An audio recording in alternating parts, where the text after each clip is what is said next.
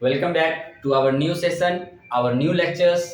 पिछले सेक्शन में आप लोगों ने देखा डाइजेस्टिव सिस्टम ह्यूमन बींग्स में और यूनिसेलुलर ऑर्गेनिज्म में कैसे होते हैं, यानी कि आप एनिमल्स में डाइजेशन आपने देख लिया। आज हम लोग जो नए लेक्चर्स की तरफ चल रहे हैं, हमारा लेक्चर्स है, इधर देख उधर रहने दे, हमारा लेक्चर्स है वो रेस्पिरेटरी सिस्टम से रिलेटेड है।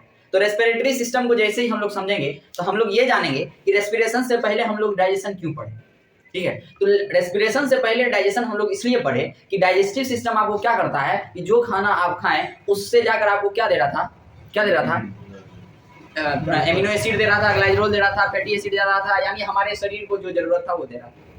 जो भोजन हमारा बॉडी उस समय नहीं खा पा रहा था, जिस भोजन को हमारा शरीर उस समय नहीं यूज कर पा रहा था, वो in the form of glycogen क्या हो जा रहा था, स्टोर हो जा रहा था।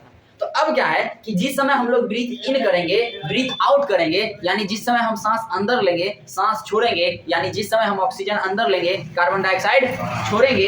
ऐसा नहीं है कि हम लोग ऑक्सीजन अंदर लेंगे मतलब सिर्फ और सिर्फ ऑक्सीजन ही अंदर लेते हैं। ठीक है, लेते बहुत कुछ अंदर है, छाट पाट होकर फिल्टर विल्टर होकर तब जाके हमारे पास क्या होता है, ऑक्सीजन होता है। फिर हम जो वेस्ट मटेरियल होता है मेरे लिए उसको एक्सक्रीट आउट कर देते हैं। जिस तरह से डाइजेस्टिव सिस्टम में आप पढ़े, इंजेक्शन हुआ, डाइजेशन हुआ, एब्जॉर्प्शन हुआ, एसिमिलेशन हुआ, सारा प्रोसेस उसी तरह से इसमें भी है। हवा भी वही है, हवा का इंजेक्शन ना करता है, फिर जाता है, जो यूज करना हुआ यूज किया, जो एक्सक्रीटरी प्रोडक्ट बच गया उसको एक्सक्रीट आउट कर दिया। ठीक है, इसका अपना थोड़ा अलग सिस्टम है। तो हम मेनली क्या कर रहे थे कि जो ग्लाइकोजन या ग्लूकोज आपके पास है, आपके सेल में है, वो अभी आपको एनर्जी नहीं देगी।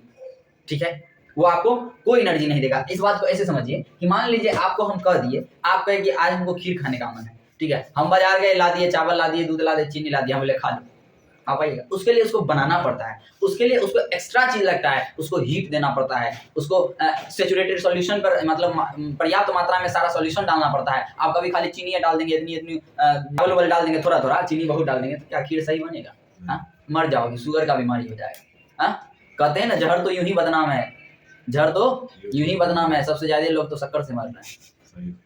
पर फैक्ट बात है। अभी देखो, तो इससे क्या हुआ कि तुम क्या समझने की कोशिश कर रहा है। आज जो हम पढ़ने जा रहे हैं, ये पढ़ा रहे हैं हम आपको, जो ऑक्सीजन यानी जो आप इनहेल कर रहे हैं, उसके बाद आपके ब्लड में जो ऑक्सीजन जा रहा है, उस ऑक्सीजन के मदद से जो ग्लाइकोजन, जो ग्लूकोज आपके बॉडी में पहले से है, जिस सेल में आपके पास ग्लूकोज है, उसको जाकर ब्रेक डाउन करके वहां से ये एनर्जी आपको देता है। तो याद होगा हम आपको बताए होंगे, साइंस को आसान करने के लिए, साइंस को आसानी से समझने के लिए सबसे ज्यादा जरूरी क्या था कि आप उसके शब्द के गहराई में जाइए। बायोलॉजी में शब्द बहुत खराब चीज है, शब्द आपको निचोड़ के रख देता है, लेकिन मेरा मानना है कि बायोलॉजी में सबसे आसान चीज को है तो वो शब्द है। शब्द जो समझ जाएगा, कॉन्सेप्ट आसानी से समझ जाएगा, शब्द समझ जाएगा। मतलब जैसे मान लीजिए ग्लाइकोलाइसिस, जैसे मान लीजिए ग्लाइकोलाइसिस। बात समझिए, मेरी बात को ठीक से समझिए। हम कह रहे हैं कि दुनिया के किसी भी टर्म में, दुनिया के किसी भी इंग्लिश टर्म में लास्ट में अगर लाइसिस आ जाता है, इसका मतलब हम लोग ब्रेकडाउन की बात करते हैं। अब आगे में प्रीफिक्स कुछ भी हो, हमको कोई मतलब नहीं है, हमको कोई मतलब नहीं है, जो होगा हम वही बोल देंगे। जैसे हमको नहीं मालूम है ऊजेनेसिस क्या होता है, अगर कोई कह दिया ऊजेनेसिस, जेनेसिस क्या बोल रहे हैं, जेनेसिस, ध्यान से सुनो, जेनेसिस, इसका जेनेसिस है ना भैया, जीन से बना हुआ है। जेनेसिस मतलब होता है जनरेट करना, किसी चीज को बना देना। ठीक है, तो जिस टर्म में जेनेसिस रहेगा उसका मतलब बना देना होगा, जिस टर्म में लाइसिस लगा रहेगा उसका मतलब तोड़ देना होगा। ग्लाइकोलाइसिस यानी ग्लूकोज को तोड़ना, समझ में आ रहा है? ग्लाइकोलाइसिस यानी ग्लूकोज को तोड़ना। हम बार-बार इलेक्ट्रोलाइटिक यानी इलेक्ट्रॉन इलेक्ट्रिसिटी के मदद से तोड़ना, फोटोलाइटिक, फोटो मतलब लाइट, लाइट के मदद से तोड़ना, मतलब लाइसिस का मतलब ही होता है तोड़ना।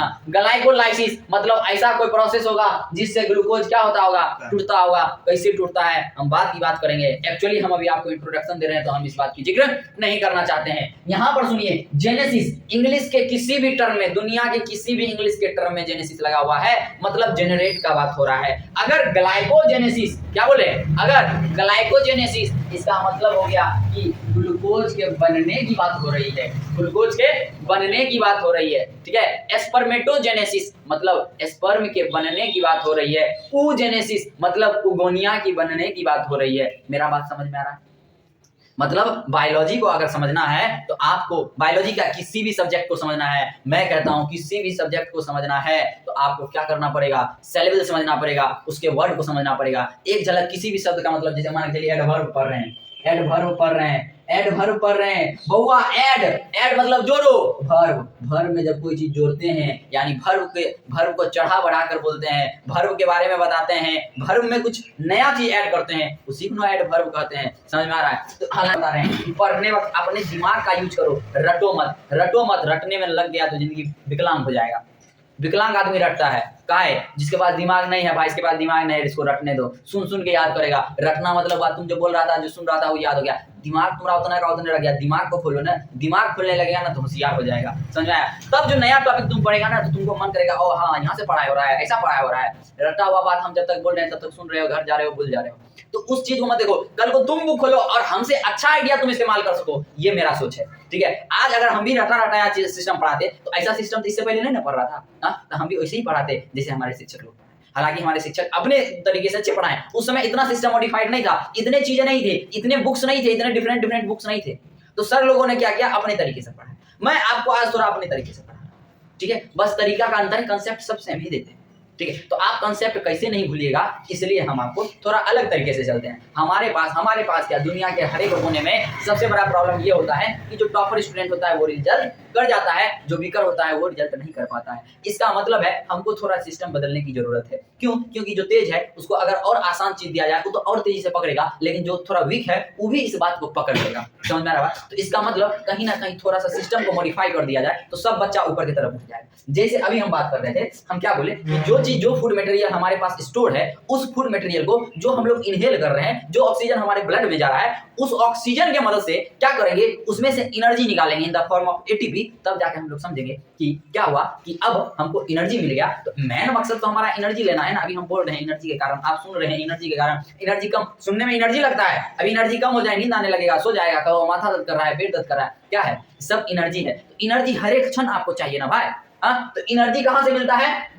ग्लाइकोजेनेसिस से। ठीक है, यानी different methods of breakdown of glucose जिस समय हम लोग पढ़ेंगे तो उस समय हम लोग इस बात पर जिक्र करेंगे। लेकिन इससे पहले आप डाइजेशन देखें। तो डाइजेशन में हमने आपको बताया कि मेटाबॉलिज्म दो प्रकार का। मेटाबॉलिज्म कितने प्रकार का? दो प्रकार का। कौन कौन सा? एनाबॉलिज्म और कैटाबॉलिज्म। सी से कॉम्प्लेक्स, अगर कॉम्प्लेक्स मटेरियल से सिंपल मटेरियल में टूटता है तो उसको कैटाबॉलिक प्रोसेस कहते हैं भैया। इस कैटाबॉलिक प्रोसेस में आप देखते हैं कि कार्बन डाइऑक्साइड रिलीज होता है, नहीं होता है रिलीज?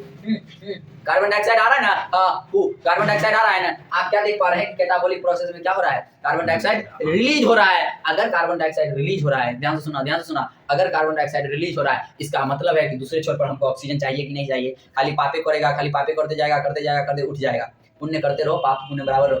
समझ में आ रहा है? पाप करो, हम ही नहीं कर रहे, पाप नहीं करो, भगवान ही बन जाएगा। समझ में आ रहा है? बराबर रखो। तो यही बात यहाँ है कि अगर इधर कार्बन डाइऑक्साइड रिलीज हो रहा है तो हमको उतना अमाउंट में ऑक्सीजन चाहिए ना भाई, उसको कंट्रोल करने के लिए ऑक्सीजन चाहिए ना।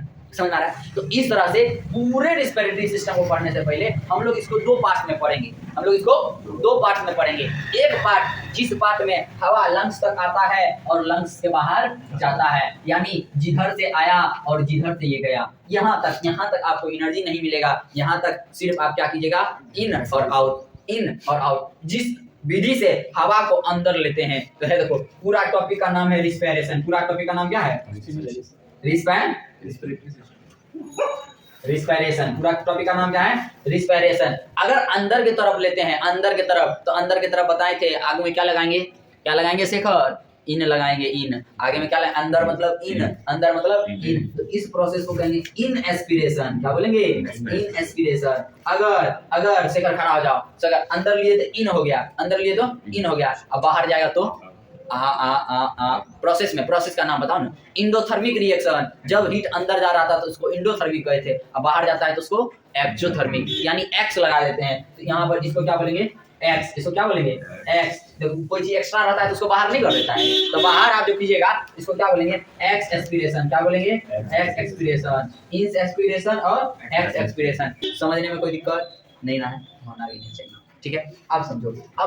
अब हवा का अंदर लेना, हवा का बाहर जाना, ये सारे के सारे टर्म हम इसमें पढ़ेंगे। इसमें यानी हम आपको कहना चाहते हैं कि भैया रिस्पिरेशन के मेथड में अगर आप बात कीजिएगा तो आपको दो तरह का रिस्पिरेशन पढ़ना पड़ेगा। एक होगा एक्सटर्नल रिस्पिरेशन और दूसरा होगा इंटरनल रिस्पिरेशन। जो इंटरनल रिस्पिरेशन होगा उसको कहते हैं सेलुलर रिस्पिरेशन। ध्यान से सुनना, हम क्या बोले? रिस्पिरेशन दो प्रकार, इंटरनल एक्सपिरेशन और एक्सटर्नल एक्सपिरेशन। एक्सटर्नल रेस्पिरेशन को छोड़कर जो इंटरनल रेस्पिरेशन है इसी को कहते हैं सेलुलर रेस्पिरेशन, यानी सेल के अंदर में घटने वाला respiration is called cellular respiration. समझ में आ रहा है मेरा बात? समझ में आ रहा है? कोई दिक्कत? जो सेल से बाहर होता है, जो सेल से बाहर होता है that is called external respiration. अब समझो बात को, अब समझो बात को। अलग अलग ऑर्गेनिज्म में अलग अलग तरह का सिस्टम है रिस्पायर करने का, यानी सांस को लेने का। बैठ जाओ बैठ जाओ। जैसे जैसे फिश की बात करें वो क्या होता है, गिल्स में जाके एक्सचेंज होता है, क्योंकि उन लोगों को क्या होता है कि बाहर एटमॉस्फेयर है नहीं और उसको क्या है कि वहां पर वाटर में मिक्स्ड है, H2O में ऑक्सीजन मिला हुआ है, तो अब वो क्या करता है मुंह से तो पानी ले लेता है लेकिन वो पानी को धकेल देता है किसके पास? गिल्स के पास। गिल्स के पास। अब गिल्स जो है वो क्या करता है फिल्टर आउट कर लेता है, उसमें से ऑक्सीजन को ले लेता है। समझ में आ रहा है? इसी तरह से फ्रॉग की बात करेंगे तो फ्रॉग तीनों प्रकार से लेता है, स्किनों से लेता है, गिल्सों से लेता है और लंग्सों से लेता है। बात को समझो, अब समझो हमारी बात। अब आगे की बात समझो कि अभी अब हम लोग देखेंगे कि हवा अंदर कैसे आएगा, हवा बाहर कैसे जाएगा। मेन चीज हमारा यही समझना है, ठीक है? तो इतना बात आप समझ रहे हैं कि हम हवा जो है वो नाक से लेते हैं, ठीक है? एक्सचेंज कहाँ पर होता है? एल्वियोली में होता है। एल्वियोली क्या चीज होता है ये बात हमको नहीं पता और डायग्राम भी हमको नहीं पता, लेकिन आज हम डायग्राम समझ के रहेंगे। इतना पता है कि जिस समय हम डाइजेस्टिव सिस्टम में भोजन खाए थे ना, जिस समय डाइजेस्टिव सिस्टम में हम लोग भोजन खाए थे ना, वो भोजन ससुरा इस पाइप से होता हुआ इस ग्रंथि में आ गया था, इस पेट में आ गया था, ठीक है? इसका मतलब पेट के ऊपरे ना लंग्स है, पेट के ऊपरे ना लंग्स है, हाँ, और दोनों लंग्स के बीच में दिलवा है, ठीक है? दिलवा नहीं बोल रहे हैं, दिलवा। हार्ट बहुत खराब चीज है, इसलिए थोड़ा इस पर जोर दे रहे हैं। इसका फंक्शन इधर उधर कर दिया है आजकल का लोग। इसका फंक्शन वो सब नहीं है जो सब तुम जानता है। अभी जो नहीं पढ़ा है उससे पूछेगा दिल का काम क्या है, आपको याद करना है। एक मौका, दिल का काम याद करना नहीं है, दिल का काम फिल्ट्रेट करना है। दिल का काम क्या है? फिल्ट्रेट करना है। अभी जो आप सांस लिए हो ना डीऑक्सीजनेटेड, जब अंदर जाएगा ना तो दिलवे से काम चलेगा। इसलिए कहते हैं दिल को खराब मत होने दो। जिस दिन दिल खराब हो गया ना पूरा शरीर खराब हो जाएगा। इसलिए लोग को कहता है दिल साफ रखो। दिल साफ कैसे रहेगा? पूरा राइट में क्या है?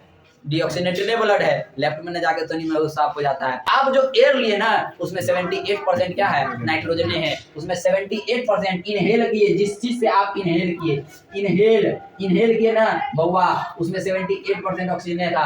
अब कोई पूछेगा हम लोग कितना परसेंट इनहेल करते हैं? अरे बोका, जो हवा में परसेंटेज है वही इनहेल करेंगे, इसमें क्या घटना बढ़ना? 21% क्या है? 21% ऑक्सीजन है, 21% ऑक्सीजन है। 78% क्या है? 78% नाइट्रोजन है, रेस्ट प्रोडक्ट अदर गैस है। अब मेरे बात को सुनो, जब ससुरा ये एक्सचेंज करता है ना, जब आउट निकालते हैं ना, जब बाहर की तरफ कहते हैं ना जाओ, तो ये क्या करता है? ये कहता है कि लो 78 का 8 ले लो, हमको इसका कोई काम नहीं है। लेकिन जिसका काम रहता है उसमें से तनी वो चुरा लेता है, कहता है कि पतो नहीं चले, और तनी देखो चोरी करो तो ऐसा चोरी करो कि पता नहीं चले। तो कैसे पता? ये मान लो कि एक डिब्बा अभी है हॉर्लिक्स है, कोई रख गया है तुम्हारे पास, उसको कैसे नहीं पता चलेगा कि तुम हॉर्लिक्स चुराया है? एक चम्मच खाओ, अब भाई एक दिन तुम आधा सा खा देगा, उसको तो सर भी नहीं करेगा कि भाई इतना खाली कैसे हो गया।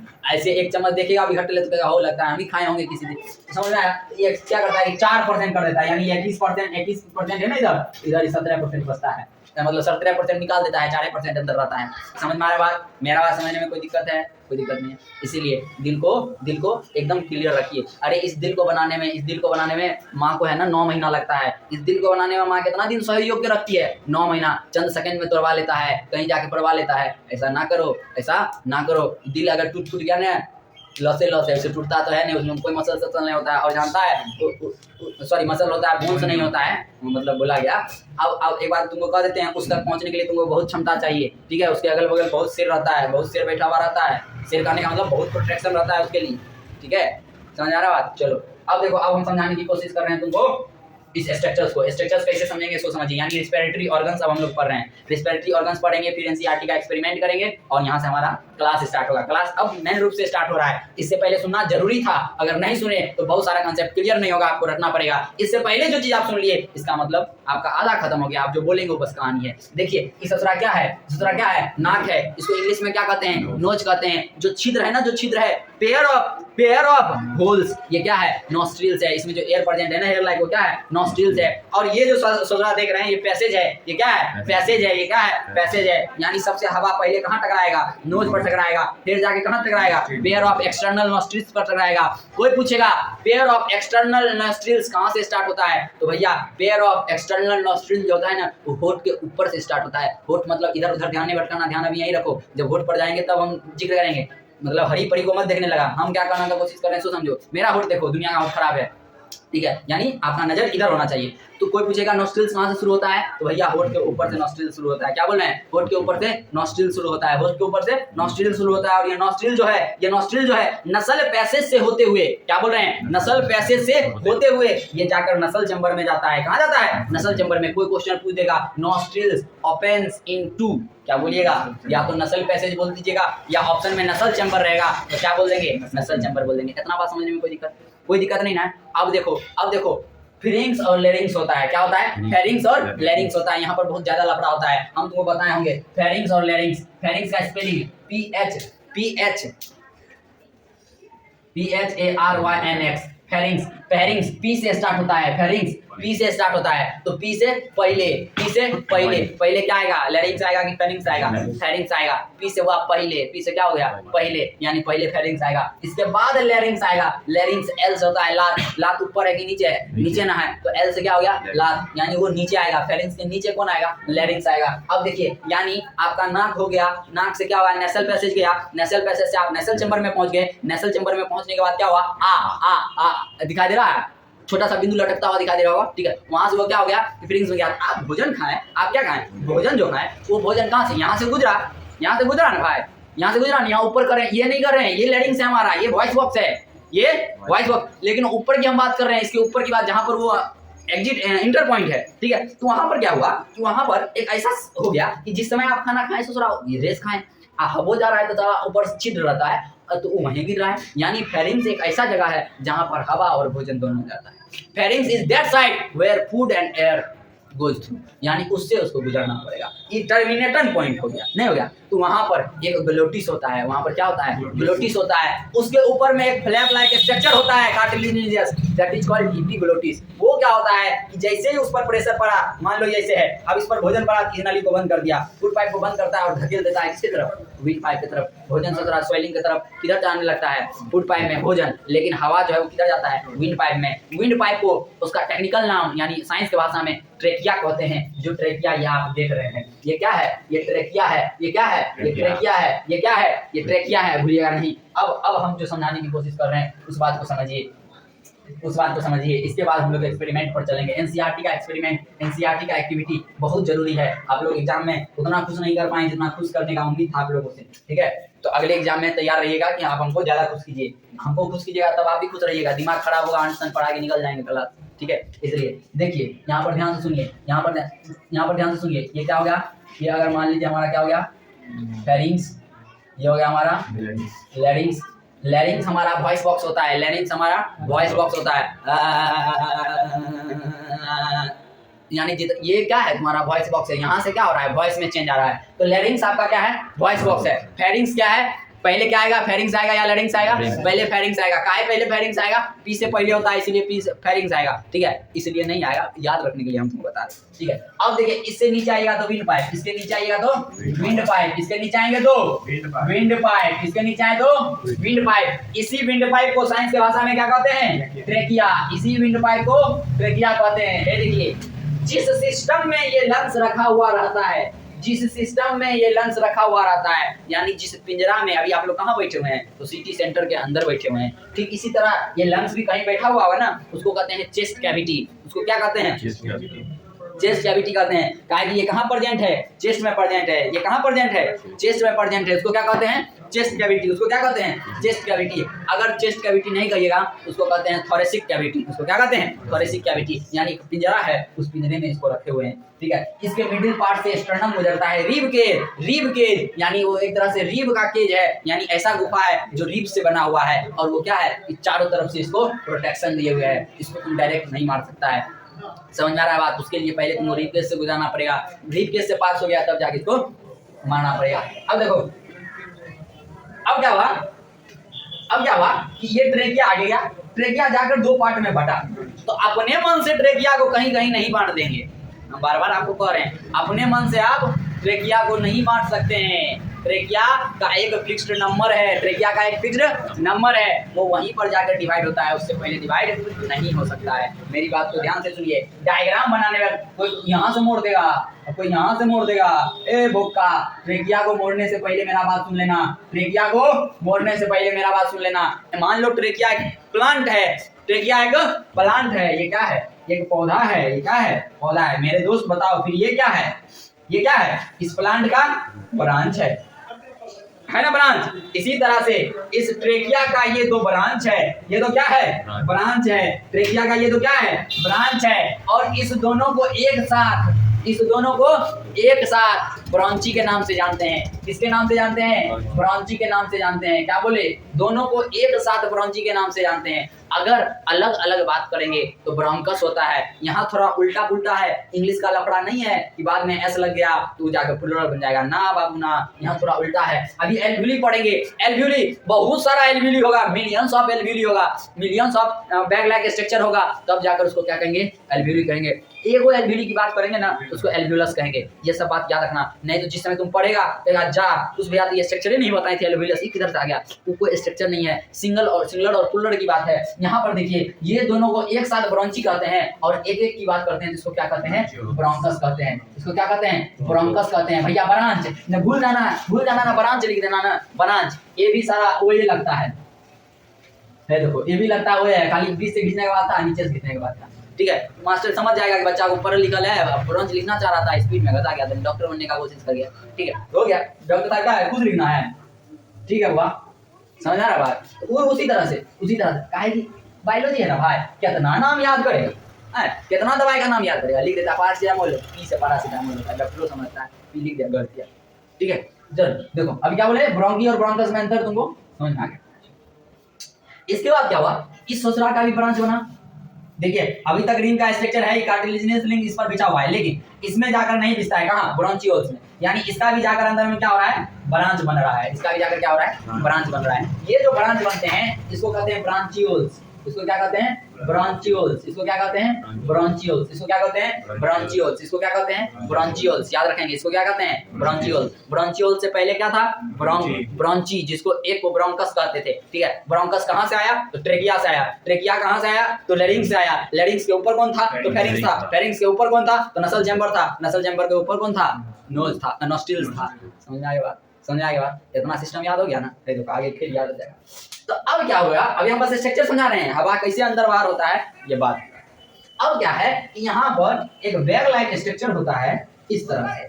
ठीक है, ये मिलियंस होता है, मेरे पास उतना समय नहीं है कि हम मिलियंस और बिलियंस में बनाए, हम बस बना देते हैं ताकि आप समझ सके। हर्ट में ऐसा ही सिस्टम। इसको एक की बात करेंगे, एक को कहते हैं एल्व्यूलस, और मल्टीपल की बात करेंगे इसको कहते हैं एल्व्यूली। कोई दिक्कत, कोई दिक्कत नहीं। अब देखिए क्या होता है कि इस एल्व्यूली में ही गैसियस एक्सचेंज होता है।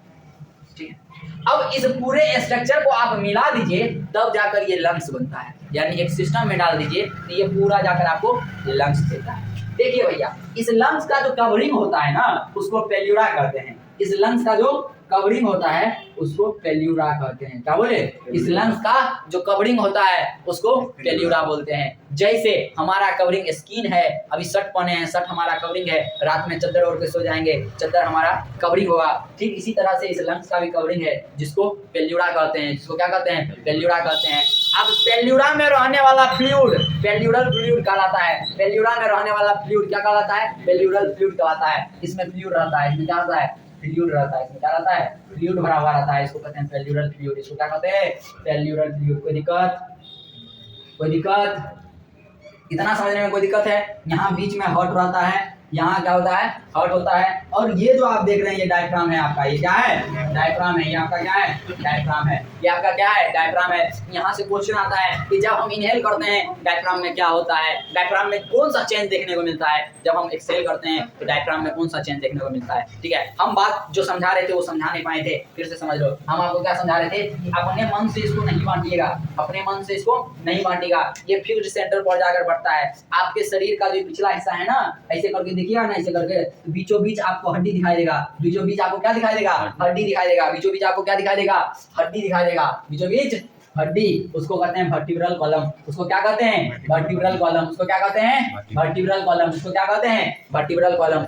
उस वर्टिब्रल कॉलम में टोटल 33 बोन्स होते हैं। कितने बोन्स होते हैं? 33 बोन्स होते हैं। टोटल कितने बोन्स होते हैं? 33 बोन्स होते हैं। कोई यूट्यूब, कोई गूगल, कोई लेक्चर, कोई अल्लाह फलना ढलना, कहीं पर ये सिस्टम नहीं है जो अभी हम तुमको बता रहे हैं। उसको तुम आसानी से याद कर पाएगा, नाम सब याद कर लेता है। हम तुमको नंबर याद करना सिखाएंगे, कैसे कभी जिंदगी में मिस्टेक नहीं करेगा। आज याद कर लेगा, 11th 12th मैट्रिक तैट्रिक सब काम देगा। तुम बीए एमए कर जाएगा फिर भी काम देगा, भूलेगा नहीं, ये मेरी गारंटी है। देखो बैकबोन में कितना बोन होता है? 33 बोन होता है। बैकबोन में कितना होता है? 33 होता है। बैकबोन में कितना होता है? 33 होता है। इसमें से 24 बोन्स मूवेबल होते हैं। इसमें से 24 बोन्स मूवेबल होते हैं। इसमें से 24 बोन्स, ऊपर का 24 बोन्स क्या होता है? मूवेबल होता है। मेरी बात को समझ पा रहे हैं आप? ऊपर के 24 बोन्स मूवेबल होते हैं, यानी वो मूव कर सकते हैं, वो मूव कर सकते हैं। इसीलिए कभी यहाँ से मोड़ लेता है, कभी यहाँ से मोड़ लेता है। दैट मीन्स वो फिक्स्ड नहीं है। अगर फिक्स्ड रहता है, एक बार ऐसे करता, कटक गया, फिर ऐसे करके चलता, यूं चलता। ठीक है, समझ में आ रहा है मेरा बात? तो ऊपर के 24 बोल्स मूवेबल होते हैं। ऊपर के 24 बोल्स मूवेबल होते हैं। अब देखो, अब कुछ नहीं याद करना है। अब आपको याद करना है सीट। क्या याद करना है? सीट ले सकूं। क्या याद करना है? सीट ले सकूं। सीट ले सकूं, बोलो जोर से, क्या लेना है? सीट ले सकूं। सीट ले सकूं। आप गाड़ी में जाते हैं, आपको किसका जरूरत पड़ता है? सीट की जरूरत पड़ता है। तो सीट ले सकूं, आपको इतना बात तो याद रहेगा, काहे ये तो नॉर्मल चीज है। आज नहीं तो कल आप ट्रेन में बैठिएगा, बस में बैठिएगा, सीट मांगिएगा, तो वहां भी याद रखिएगा। इसलिए हम आपको बोले कि जीवन में कभी नहीं भूलिएगा। आपको बस बोलना है सीट ले सकूं, सीट ले सकता हूं। चल रहा है ना, बंद नहीं ना हुआ है। सीट ले सकूं यानी सीट ले सकता हूं, यानी सीट ले सकूं। सीट सीट सीट, व्हाट्सएप का जमाना है, सी से आजकल सीट चला है। सी से सीट लिख सकते हैं ना भाई? नहीं लिख सकते हैं? सी से सीट, टॉ, टी से टॉ, टी से टॉ, टी से टॉ, लॉ, एल से लॉ, एल से लॉ, एल से लॉ, एल से लॉ, एस से सौ, एस से सौ, सीओ से को, सीओ से को, सीट ले सकूं। हो गया? हो गया? क्या बोले? 100 से सी, टॉ से टी, लॉ से एल, सौ से एस, को से को। बात खत्म? बात खत्म? इतने होता है, इतने प्रकार का बोन पाया जाता है पिछवा में। इस सी को कहते हैं कर्विकल। सी को कहते हैं कर्विकल। कर्विकल, सी को क्या कहते हैं? कर्विकल। टी को कहते हैं थोरेसिक। टी को क्या कहते हैं? थोरेसिक। एल को कहते हैं लंबर। एल को क्या कहते हैं? लंबर। एल को क्या कहते हैं? लंबर। एस को कहते हैं सैक्रम। एस को क्या कहते हैं? सैक्रम। सीओ को कहते हैं कोकिक्स। जीओ को क्या कहते हैं? कोकिक्स। ये फ्यूज्ड होते हैं। 4 गो बोन होता है। अब क्या होता है तू समझो। हम बोले थे तुमको नंबर भी भूलने नहीं देंगे, सबसे बड़ा चीज नंबर है। नंबर पूछ लिया जाता है। देखो मेरे दोस्त, 100 से 7 होता है कि 6 होता है कि 5 होता है? 100 से 7 होता है कि 6 होता है कि 5 होता है? 100 से 7 होता है, यानी कर्विकल बोन की संख्या 7 होगी। कर्विकल बोन की संख्या 7 होगी, यानी C7 होगा। C7 होगा। C से सीट हुआ और इसी से रिलेटेड 7 था, यानी कर्विकल बोन की संख्या कितनी होगी? 7 होगी। कहीं नहीं मिलेगा, कहीं नहीं मिलेगा, खोल लेना। C से 7 होगा। C से 7 होगा। T से थोरेकिक होता है ना भाई? T से क्या होता है? थोरेकिक होता है। लेकिन T से 11 होता है कि 12 होता है? 12 होता है ना। इसका मतलब थोरेकिक की संख्या 12 होगा। थोरेकिक की संख्या 12 होगा, यानी C7 होगा, T 12 होगा। C7 होगा, T कितना होगा? 12 होगा। इसके बाद L से नंबर होता है ना भैया, L से लेस होता है। L से क्या होता है? लेस होता है। इस 12 में से ये 7 घटाएंगे तो कितना आएगा? 12 में से 7 लेस करेंगे तो कितना आएगा? 5। L की संख्या 5 होगा भैया। L की संख्या कितना होगा? 5 होगा। L की संख्या कितना होगा? 5 होगा। इसके बाद सैक्रम है, ये 5 होगा और ये 4 हो जाएगा। 4 हो जाएगा। कभी भूलेगा क्या? कभी भूलेगा क्या? भूलना नहीं है, भूलना नहीं है। सीखने की कोशिश करो, जितना पढ़ोगे उतना सीखोगे। क्या हुआ? C से सीट, T से सीट, L से ला, S को से सकूं। ठीक है, क्या हो गया? सीट ले सकूं। 100 को C से दर्शाएं, टॉ को T से दर्शाएं, लॉ को L से दर्शाएं, 100 को S से दर्शाएं, को CO से दर्शाएं। C से क्या हो गया? कर्विकल। T से क्या हो गया? थोरेकिक। L से क्या हो गया? लंबर। S से क्या हो गया? सैक्रम। CO से क्या हो गया? कोकिक्स। ठीक है, 100 से 7 होता है तो कर्विकल की संख्या 7 हो गई। T से थोरेकिक होता है, T से 12 होता है तो थोरेकिक की संख्या 12 हो गई। L से लंबर होता है, L से लेस होता है, तो जो पहले था 12 और 7, इसका लेस निकाले, यानी अंतर करके निकाले, तो हमको 5 आ गया। तो लंबर की संख्या होती है 5। अब सैक्रम था, सैक्रम 5 होता है और कोकिक्स 4 होता है। कितना बात समझ में आएगा? यानी अगर आप सैक्रम याद रखिएगा 5 तो टोटल 33 होता है। इस पूरा को जोड़िएगा तो आपको कितना आ जाएगा? 29 आ जाएगा। 4 बच जाएगा तो वो निकल ही जाएगा। मेरा बात समझ में आ रहा है? मेरा बात समझने में कोई दिक्कत? तो ये जो बोन आप देख रहे हैं मुड़ रहा है, ये T5 पर मुड़ता है। कहाँ मुड़ता है? T5 पर, यानी थोरेटिक का जहाँ पर 5वां नंबर बोन होता है ना, वहां जाकर ये मुड़ता है। कहाँ मुड़ता है? T5 पर। कहाँ मुड़ता है? T5 पर। याद रहेगा? याद रहेगा ना? चलो आप समझते हैं कि हवा अंदर कैसे जाता है और हवा बाहर कैसे आता है। ठीक है, समझने में कोई दिक्कत नहीं ना है? इस बात को समझने से पहले कि हवा अंदर और बाहर कैसे करता है, हम थोड़ा सा एनसीईआरटी का मदद ले लेते हैं कि आपका एनसीईआरटी क्या कहता है। देखिए, ये सब चीज बिना बताए हम 10th का चीज खत्म कर सकते थे, हमको खत्म करने में कोई एतराज नहीं था, लेकिन आपके दिमाग में चलता, अगर थोड़ा पढ़ने वाले होते, सोचने वाले होते, तो आपके सोचते कि हवा कैसे अंदर आएगा, हवा कैसे बाहर जाएगा, ये कहाँ से मुड़ रहा है, ये सब बात आपको रेज करना चाहिए था। सर 10th के बाद से हम पढ़ा रहे हैं, मेरा लेक्चर भले अपलोड नहीं है, लेकिन हम जब 10th में थे, जिसको भी हम पढ़ाएं उसको अभी ऑनलाइन कोई भी देखे, अगर हमसे वो लंग्स पढ़े होंगे तो हम उस समय भी ये बात उनको बताए थे। क्यों जानते हो? मेरे दिमाग में आया ये बात कि शायद कहाँ से मुड़ रहा है, जहाँ कहीं से तो हम नहीं मुड़ सकते हैं, पेट में जाके मुड़ देंगे, नहीं मोड़ सके। तो ये स्टूडेंट होने का मतलब हुआ कि आप क्वेश्चन कीजिए, आप क्यों पूछ के टीचर को परेशान कर दीजिए। जो बच्चा टीचर को परेशान करता है वही अच्छा बच्चा होता है। मेरे बात को समझिए। अल्बर्ट आइंस्टाइन, एक से एक साइंटिस्ट को लीजिए, क्लास से बाहर कर दिया जाता था, मारा जाता था, फोड़ा जाता था, स्कूल से रिजेक्शन दे दिया जाता था। आज सब इतिहास रच दिया है, आज सब इतिहास रच दिया है। क्लास में अच्छा बच्चा बन के, क्लास में टॉप करके तुम इतिहास थोड़ी रचेगा। बहुत से बहुत होगा तो डायरेक्टर सर या क्लास टीचर तुमको सम्मान देंगे, the best student of the year लेके चाटेगा। पैसे नहीं रहेगा, जेबी में पहुंचे नहीं रहेगा, नामे नहीं रहेगा, जाना बैठ जाना स्टेशन पर, वो सर्टिफिकेट को टांग लेना पीछे में, मैं best student of the year हूँ, मुझे दे दो। समझ बात? तो कहाँ तक काम देगा ये सब? सिर्फ स्कूल तक ना, क्लास भरना, अरे तुमने सोसाइटी भरना। सोसाइटी के लोग भी जब तक तुम अपने लिए लड़ेगा ना, तब तक तुम्हें विरोध में रहेंगे। जब देखो उसके तुम सपोर्ट में आ जाओ, तब तुम्हारे सपोर्ट में आएंगे। ये फिक्स्ड बात है, ये हम आपको बता रहे हैं, समझा रहे हैं, एकदम प्रैक्टिकल बात है। सोसाइटी के भी लोग आपके सपोर्ट में तभी आएंगे जब आप सोसाइटी की बात करेंगे। ऐसा नहीं कि अपना बात कीजिए, तनी तरक्की कीजिए ना, नीचा से खाना शुरू कर देगा। समझ में आ रहा है? आस्तीन का सांप वही होता है जिसका गुण चंदन का होता है। जब तक चंदन नहीं बनेगा ना, यानी जब तक तुम्हारे अंदर गुण नहीं आएगा, तब तक तुम्हें सांप नहीं लगेगा। सांप लग रहा है, कोई बुराई कर रहा है, इसका मतलब तुम अच्छा चल रहा है, चलते रहो ना, कोई दिक्कत नहीं, कहने ना दो। खाली हाँ, माँ बाप को तनी खुश रखो, माँ बाप को थोड़ा बताते रहो। मेरा अलग बात है, अभी तक मेरा बाबूजी हमसे खुश नहीं है, ये सब तुम क्या कर रहा है, पढ़ो लिखो कुछ करो, IAS बनो, ठीक है। लेकिन मेरा मानना है कि हम जो कर रहे हैं अच्छा कर रहे हैं, ठीक है, और हम इसमें अच्छा कर सकते हैं। देखो ये बात बताते हैं कि मनुष्य को वो काम क्यों करना चाहिए जिस काम में उसका मन लगता है। एक बात बताओ कि जिस काम में तुम्हारा मन नहीं लगता है, ये बात तो फिक्स है कि तुम फेल कर जाएगा, वो काम तुमसे नहीं होगा।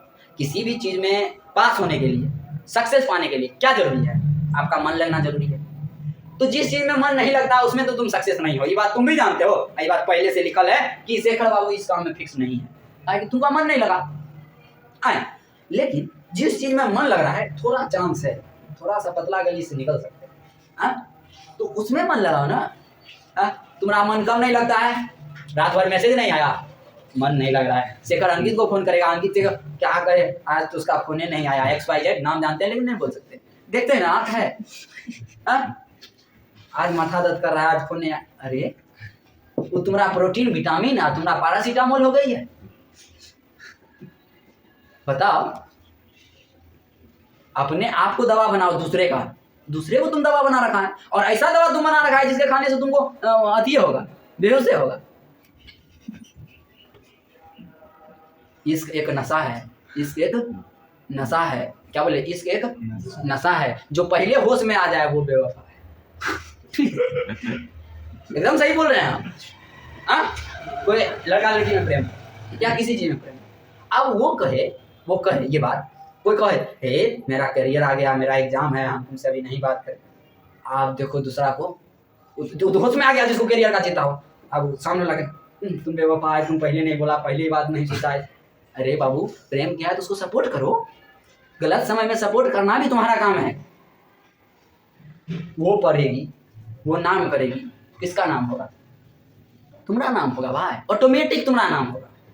तुम किसी को चाहता है तो वो नाम कर रही है, तुम्हारा भी नाम हो रहा है भाई, तो उसके संगत में रहना तो ऐसा कर पाया, फेल तेल हो जाएगी, माइयो बाप कहेगा शेखरे के कारण फेल हो गए, आएगा पूरा मोहल्ला में बम तुम्हारा गिरा के लेके चल जाएगा तुम।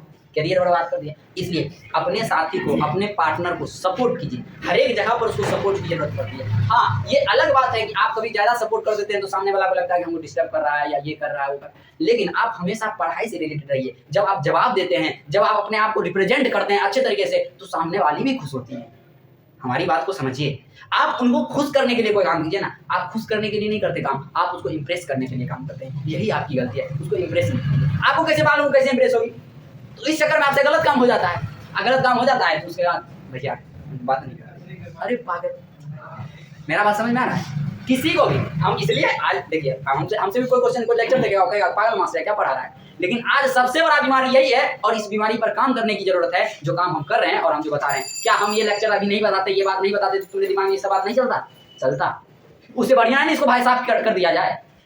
गंदगी को छुपाने से गंदा साफ नहीं होता है, उसको साफ करने से साफ होता है।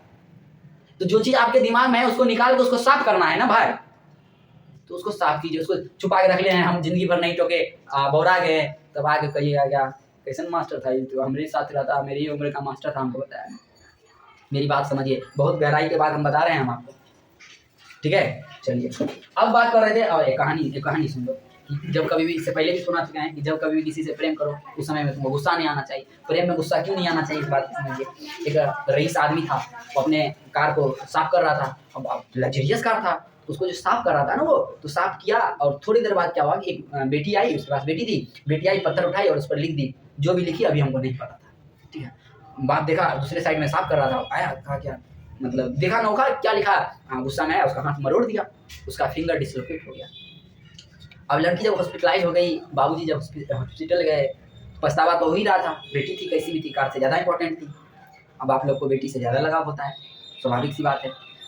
तो वो वहाँ गई, तो बच्ची की आँख खुली, बच्ची बाबू को देखा, तो बाबूजी से पूछा बच्ची कि पापा मेरा हाथ कब ठीक होगा? बच्ची थी खुल दी, वो तो तंज थोड़ी करती, तंज कसना होता है ना, किसी को कोई चीज टूट जाए उससे बार बार पूछो, मतलब आप उसको चिढ़ा रहे हैं, लेकिन वो तंज नहीं कसी, वो तो नादान थी, वो बस पूछ गई कि जो पापा मेरा हाथ कब ठीक होगा। अब इमोशनल अत्याचार, अब ये बाबूजी रोने लगे अंदर से, गुस्सा में बाहर निकले। अब गुस्सा में किस पर गुस्सा उतारे, तो ये गुस्सा उतारने चले गए कहाँ, कार के पास। जिस कार के कारण हाथ उतारा उस कार को मार लात से पचका दिए।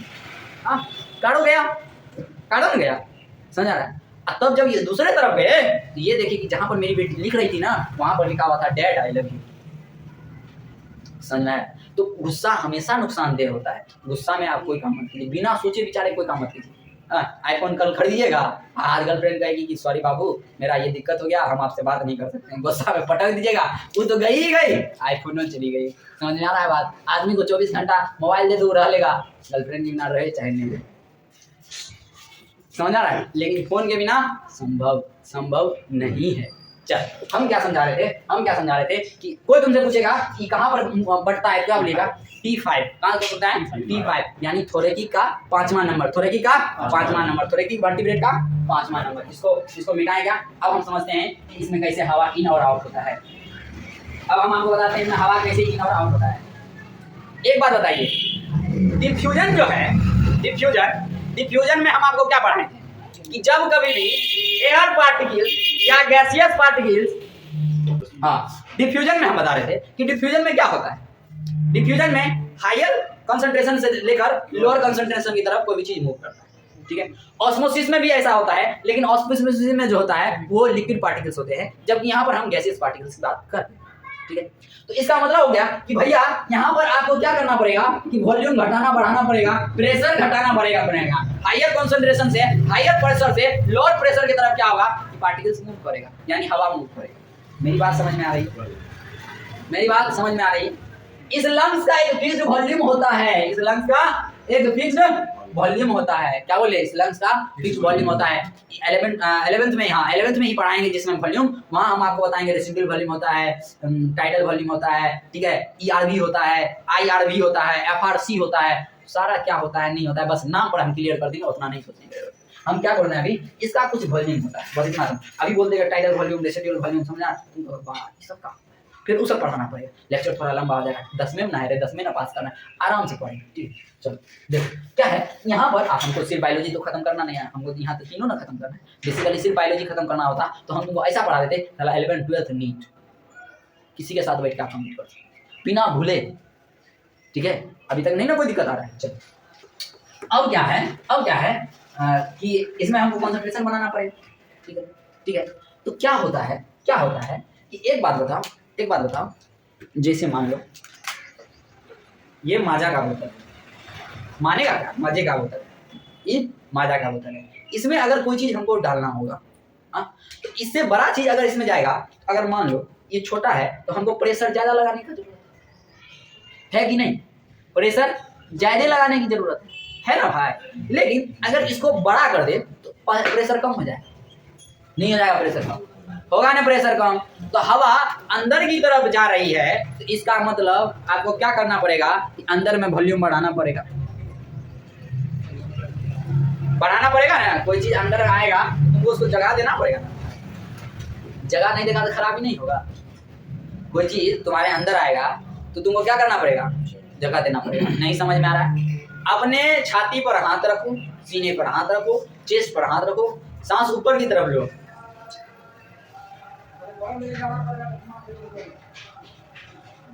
क्या हुआ? रीब केज ऊपर की तरफ आया। कब? जब सांस हम अंदर ले रहे थे। तो रीब केज जो ऊपर की तरफ आया, जब सांस ले रहे थे तब। और डायफ्राम जो है वो नीचे की तरफ गया। जैसे मान के चलिए ये रीब केज है और ये डायफ्राम है, ठीक है। जब आप इनहेल करते हैं, ठीक है, तो क्या हुआ कि अब ये बाहर की तरफ जाएगा। ये किसके तरफ जाएगा? बाहर की तरफ। रिब्स बाहर की तरफ जाएगा ना भाई। जब रिब्स बाहर की तरफ जाएगा, इसका वॉल्यूम तो ऑटोमेटिक इंक्रीज करेगा। लेकिन डायफ्राम पर क्या गुजरेगा, ये बात बताओ। जैसे मान लो कोई एक तार लटका हुआ हो, अब इस तार को हम खींचना शुरू करेंगे तो धीरे धीरे तार क्या होगा, सीधा होगा कि नहीं होगा? ये अभी इस तरह से लपटा हुआ था, अब जैसे ही ये बाहर की तरफ गया तो ये ऑटोमेटिक ना नीचे आएगा। साइंस है यहाँ पर, ये समझ में आ रहा बात? ये अभी इस तरह से लटका हुआ था, अगर इसको हम इधर खींचेंगे तो धीरे धीरे ये भैया सीधा होगा ना, सीधा होगा तो ये नीचे आएगा ना, काहे कि बॉन्डेज तो यहाँ है, इसके सीधा नहीं आने की कोशिश करेगा। समझ आ रहा? तो इसको जैसे ही हम आगे की तरफ ये मूव किया तो ये नीचे की तरफ गया, यानी जब रिब्स फ्लैटेंड हुआ तब ये नीचे की तरफ गया। और जैसे ही वॉल्यूम बढ़ा तो किसी भी जगह को आप खाली क्यों करते हैं, जब कोई चीज डालना होता है। इसका मतलब हवा अंदर की तरफ आएगा। जब हम इनहेल करेंगे रिब्स फ्लैटेंड हो जाएगा और डायफ्राम मूव्स डाउनवर्ड हो जाएगा। कोई दिक्कत? इसका जस्ट अपोजिट होता है। किधर? आउटसाइड में। जब छोड़ने की बात हम करते हैं, जब हम लोग एक्सहेल करने के लिए आते हैं, तब जाकर क्या होता है, इसका जस्ट अपोजिट होता है। वॉल्यूम्स क्या होता है, ये अपने जगह पर आया तो वॉल्यूम कम हो गया। जैसे ही वॉल्यूम कम हुआ, प्रेशर क्या होगा, ज्यादा हो जाएगा। अभी इसमें प्रेशर ज्यादा लगा था ना, अपने जगह पर है तो क्या हो रहा है, वॉल्यूम कम है, प्रेशर ज्यादा लगेगा। तो अंदर में प्रेशर अब ज्यादा हो गया, नहीं हो गया प्रेशर। जैसे ये अलग अलग है, इस पर अभी प्रेशर लग रहा है, आप तीनों पर देखिए, एकदम हम वॉल्यूम टाइट कर दिए, प्रेशर हो गया, अंदर में प्रेशर ज्यादा हो गया, अब ये जाएगा बाहर निकल नहीं जाएगा, तो बाहर में प्रेशर कम हो गया ना। इसके तुलना में एटमॉस्फेयर में प्रेशर कम हुआ कि नहीं हुआ? लंग्स के एटमॉस्फेयर में, लंग्स के सराउंडिंग में और एटमॉस्फेयर के सराउंडिंग में हमको प्रेशर के रिलेटेड देखना है। तो अब क्या होगा, यहाँ पर प्रेशर ज्यादा हो गया, तो जैसे ही अपनी जगह पर आया प्रेशर यहाँ ज्यादा हो गया, जाएगा हम बाहर निकलना है, बाहर निकल जाएगा, बाहर में प्रेशर कम होगा। इस तरह से इनहेल और एक्सहेल होता है। कोई दिक्कत नहीं, डायग्राम समझने में कोई दिक्कत नहीं, बात समझने में कोई दिक्कत नहीं।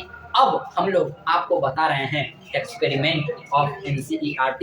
इसके बाद एक्सहेल इनहेल का काम खत्म, फिर हम लोग बात करेंगे रेस्पिरेशन का। हम बताना चाह रहे हैं गैसियस एक्सचेंज जो होता है वो इसी एल्वियोली में होता है। गैसियस एक्सचेंज कहाँ होता है, एल्वियोली में होता है। इसको मिटाएं क्या, डायफ्राम का काम आप समझ गए, चलिए अब मेरा बात सुनिए। NCERT का एक्टिविटी जो है वो क्या है, 6.4 करने का मतलब हो गया छठा चैप्टर का चौथा एक्सपेरिमेंट, यानी चौथा एक्टिविटी। ठीक है, एक्टिविटी 6.4 ये कहता है एक टेस्ट ट्यूब लीजिए, ठीक है, और सिरिंज के मदद से नीचे लाइम वाटर लीजिए, इसमें इस टेस्ट ट्यूब में क्या डालिए, लाइम वाटर डालिए, इस टेस्ट ट्यूब में क्या डालिए, लाइम वाटर डालिए। कहा सिरिंज के मदद से क्या बोल रहे हैं, सिरिंज के मदद से आप इसमें क्या डालिए, सिरिंज के मदद से एयर डालिए, सिरिंज की मदद से क्या कीजिए, एयर डालिए। आप देखिएगा एयर में सब कुछ ना है, कार्बन डाइऑक्साइड भी ना है, नाइट्रोजन भी ना है। धीरे धीरे ये क्या होगा, व्हाइटिश इन कलर होने लगेगा, व्हाइटिश इन कलर होने लगेगा। फिर कहा एक और टेस्ट ट्यूब लीजिए, एक और टेस्ट ट्यूब लीजिए। अब इसमें वही काम कीजिए, लाइम वाटर लाइए, लेकिन अब इसमें सिरिंज नहीं लाइए, अपना चोंच लगाइए। चोंच ऐसे लगाइए कि बाहर का हवा नहीं जाए, ताकि आपको पता नहीं तो बाहर का हवा जाएगा तो बात तो बराबर हो गया। इसमें एयर डाले हैं, उसमें भी हवा चल जाएगा। तो चोंच ऐसा लगाइए, जैसे मान के चलिए हम आपको चोंच लगाएंगे नहीं, लेकिन बता देते हैं कि अब जैसे ये बोतल है, इसको ऐसे लगाना है कि ससुरा पूरा पैक हो जाए, ठीक है, लगाइए ना सकता है उतनी बोतल। आप ही नहीं कि जाना पार्टी ले लेना, आप चोंच को खींच के सराना खाना कुछ सर बताएं, मारबो वो करेंगे, मम्मी कहेगी पगला गया मास्टर, ठीक है, समझ आ रहा है।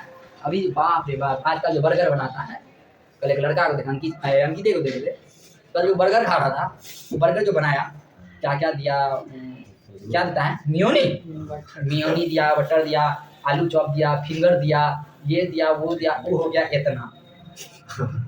अब बताओ इस पर लिप कैसे जाएगा, छोड़ जाएगा।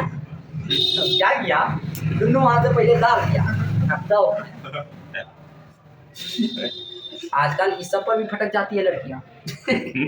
मजाक नहीं, हम सही कर रहे हैं। अब तुम जाओ गर्लफ्रेंड के साथ, हाँ, अब तुमको चाउमीन खाने नहीं आए, कहाँ से आएगा भाई। हम लोग तो सीधे हाथ उठा, वो लोग है खाने उसको नहीं आता है, फंसा हम लोग को देती है। हम लोग ओरिजिनल खाते हैं भाई। हम लोग ओरिजिनल, चेंज कहाँ उसमें ना है, उन्हें सुधार करे।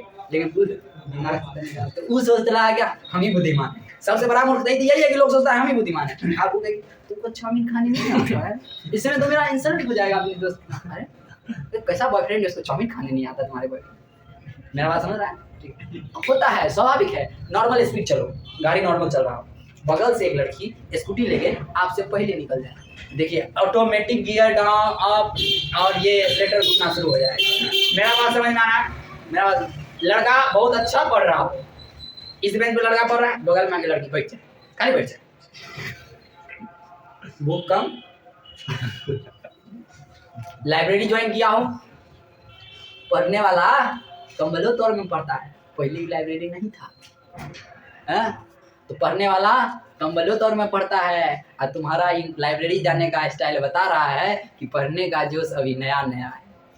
सुना है ना, जो खानदानी रईस हैं वो मिजाज रखते हैं नरम अपना, तुम्हारा लहजा बता रहा है तुम्हारी दौलत नई नई है। बतवा वही है, पढ़ने वाला रजाइयों में पढ़ता है, मुझे डेली दाव लेता है और कटक मटक करके चल देता है। लाइब्रेरी बताता है कि अभी नया नया जोश आया है, अभी आया होगा रिजल्ट हो गया होगा खराब, तो अभी होगा जुनून कि अभी पढ़ेंगे, 2 दिन बाद फिर वही होगा। काहे अभी न बताएं कि तुम्हारा दवाई तो कोई और है, 2 दिन बाद माथा दुखाएगा, दिल दुखाएगा, हार्ट पेन करेगा, तब फिर हार्ट पेन किलर खाएगा, डॉक्टर से पेन किलर लेगा, कोई काम नहीं करेगा। एक बार आएगा, बाबू ने खाना खाया क्या? उसके बाद 2 मिनट मोबाइल इधर रखेगा, हाँ तेरा बाबू ने खाना खा चुका। समझ आया? कितना सस्ता इलाज था, कितना सस्ता इलाज था हमारे गम का। काश एक बार वो हमारा हाल पूछे। ठीक है, तो ये सब बात का चीज है। हम जो चीज पर तुमको फोकस करना चाह रहे हो जाए। इसमें चोंच लगाया, ये क्या हो गया, ये लाइम वाटर है और तुम्हारे मुंह से कार्बन डाइऑक्साइड निकलेगा और कार्बन डाइऑक्साइड जाएगा, ये लाइम वाटर में परिवर्तन कर जाएगा, व्हाइटिश कलर में परिवर्तन कर जाएगा। बच्चों एनसीईआरटी कहती है कि दोनों एपरेटस को, जिस एपरेटस में आप सिरिंज से एयर डाले हैं और जिसमें आप माउथ से एयर डाले हैं यानी कार्बन डाइऑक्साइड डाले हैं, दोनों में देखिए कि किसमें ज्यादा समय लगता है व्हाइट होने में। भैया इसमें ज्यादा समय लगेगा। काहे कि इसमें एयर पार्टिकल ज्यादा ना है, उसमें अदर भी गैस है, तो जाके कंबाइन करेगा। लेकिन इसमें साफ सुथरा बदल जाएगा ताकि कार्बन डाइऑक्साइड है। यानी लाइम वाटर में जब भी कार्बन डाइऑक्साइड मिलाएंगे तो कलर कैसा हो जाएगा, व्हाइट हो जाएगा। क्वेश्चन ये भी आ सकता है, ऑब्जेक्टिव चला है, वो पूछ देगा कि लाइम वाटर में जब हम लोग कार्बन डाइऑक्साइड को मिलाते हैं तो कैसा कलर हो जाता है। आप बोलिएगा व्हाइट। ऐसा नहीं कि सर आउट ऑफ बुक आ गया, आउट ऑफ कोर्स दे, यहाँ आउट ऑफ बुक आए 6.4 का क्वेश्चन है। यही एनसीईआरटी का कमाल है। एनसीईआरटी इसलिए भारी लगता है, एनसीईआरटी इसलिए भारी लगता है क्योंकि वो आंसर नहीं देता है, वो रट्टा मारना नहीं सिखाता है, वो आपको कहता है सोचिए, सब कुछ कहता है सोचिए, मंथन कीजिए। समझ आ रहा है? चल हमारी बात समझ आ गई। तो इसमें आप क्या समझे कि 2 टेस्ट ट्यूब लेना है, एक में मुंह से डालना है हवा और एक से सिरिंज से डालना है। लेना क्या है, लाइम वाटर लेना है। अब क्वेश्चन देंगे तो नहीं ना फंसेगा। अब हम तुमको बताएंगे कि हमको एक्सपेरिमेंट करके बताओ कि हाँ हम जो इनहेल करते हैं, एक्सहेल करते हैं, वो कार्बन डाइऑक्साइड करते हैं, करके बता देगा, पक्का बता देगा, पक्का बता देगा। है देखो ये तो हम लोग का एक्सपेरिमेंट हुआ। यूनिसेलुलर में कैसे समझेंगे कार्बन डाइऑक्साइड होता है, हाँ तो है देखो यूनिसेलुलर में कैसे समझेंगे कार्बन डाइऑक्साइड होता है, इस बात को समझिए। करना कुछ नहीं है, लेना है तुमको एक टेस्ट ट्यूब, ठीक है। इस टेस्ट ट्यूब में लेना है तुमको एक सॉल्यूशन, मीठा सॉल्यूशन यानी शुगर सॉल्यूशन। क्या बोले, शुगर सॉल्यूशन इसलिए क्योंकि शुगर सॉल्यूशन जो होता है ये फेवरेबल कंडीशन होता है किसी भी यूनिसेलुलर ऑर्गेनिज्म के लिए। क्या होता है, किसी भी यूनिसेलुलर ऑर्गेनिज्म के लिए फेवरेबल कंडीशन होता है। मेरी बात को ध्यान से सुनिए। अब क्या कहा कि इसी सॉल्यूशन में इसको डाल दीजिए, किसको डाल दीजिए, इसको डाल दीजिए। इसी सॉल्यूशन में आप क्या कीजिए, इसको डाल दीजिए। इसी सॉल्यूशन में क्या कीजिए, इसको डाल दीजिए। कहा एक और साइड से टेस्ट ट्यूब लीजिए, इसको ऐसे कॉर्क से सील कीजिए, इसको इस तरह से कॉर्क से सील कीजिए कि इसमें कोई एयर नहीं जा पाए, और इसमें आपको कहा कि इसमें आप क्या कीजिए, कार्बन डाइऑक्साइड इसमें आप क्या कीजिए, लाइम वाटर डालिए। इसमें क्या कीजिए आप, लाइम वाटर डालिए। इसमें क्या कहा, लाइम वाटर डालिए। और इसको भी कहा आप ऐसे सील कीजिए इसमें कोई दूसरा हवा नहीं जा पाए। कहा बउआ इसमें एगो छेद कर दीजिए, इसमें भी एगो छेद कर दीजिए, इसके पाइप से इसके पाइप को कनेक्ट कर दीजिए।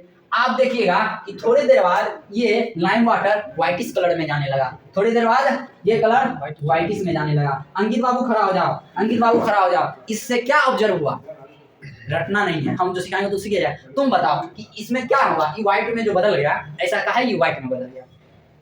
इसमें लाइम वाटर था, ये व्हाइट में बदल गया, कहा तो उसमें कार्बन डाइऑक्साइड गया होगा। और इधर हम शुगर सॉल्यूशन और इस लिए थे, इधर हम कार्बन डाइऑक्साइड नहीं ना लिए, तो ससुराल कार्बन डाइऑक्साइड आया कहां से, ईस्ट से आया। इसका मतलब ईस्ट जो है वो क्या कर रहा है, कार्बन डाइऑक्साइड रिलीज कर रहा है, और ये कार्बन डाइऑक्साइड जा रहा है। कोई दिक्कत नहीं ना, दिक्कत आपका एक्सपेरिमेंट, आपका एनसीईआरटी। नेक्स्ट डे हम लोग बात करेंगे रेस्पिरेशन कि किस तरह से टूटता है। कोई दिक्कत नहीं ना, ठीक है। नेक्स्ट जो बताएंगे इससे भी ज्यादा इंटरेस्टिंग। धन्यवाद।